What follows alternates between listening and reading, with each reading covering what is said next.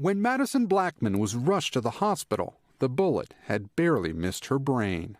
Immediately I knew I was gonna die. I seen black. It was like ink spilled in my eyes. A far cry from the carefree social media videos typical of so many 16-year-olds. Instead, one night in January, she says she was out in a car with friends in Brooklyn when out of nowhere, the bullets started hitting the car. It sounded like somebody had a handful of maybe 20 balloons, and they all started popping one by one. Did you immediately realize what it was? Yes, I knew it was gunshots. An ambulance took her here, the ER at Cohen Children's Medical Center, run by Northwell Health. We've never seen numbers like this before. Where Dr. Chetan Sathya is a pediatric trauma surgeon. We've already seen more kids this year with bullet wounds than any other year total in history at this children's hospital. This is the largest level 1 pediatric trauma center in the state, and over the last few months it started screening for something different. So on this side it goes through the questions.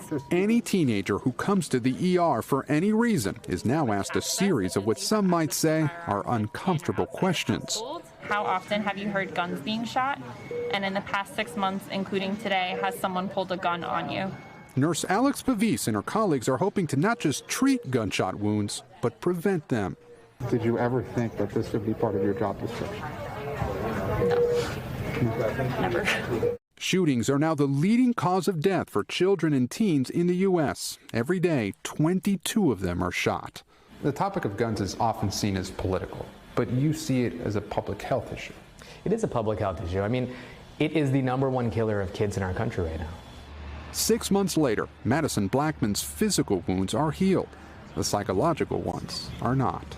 Why does it have to be me? What is the reason? What did I stay alive for? Why did I survive? Do you think this has gotten worse? Absolutely. I feel like after COVID, things have just gotten more ruthless. Ruthless, a powerful adjective for a 16-year-old. Being so young, it makes you feel like you have to grow up so fast in a place like this. A young girl who instinctively knew those weren't balloons, but gunshots. Gabe Gutierrez, NBC News, New York. Thanks for watching our YouTube channel. Follow today's top stories and breaking news by downloading the NBC News app.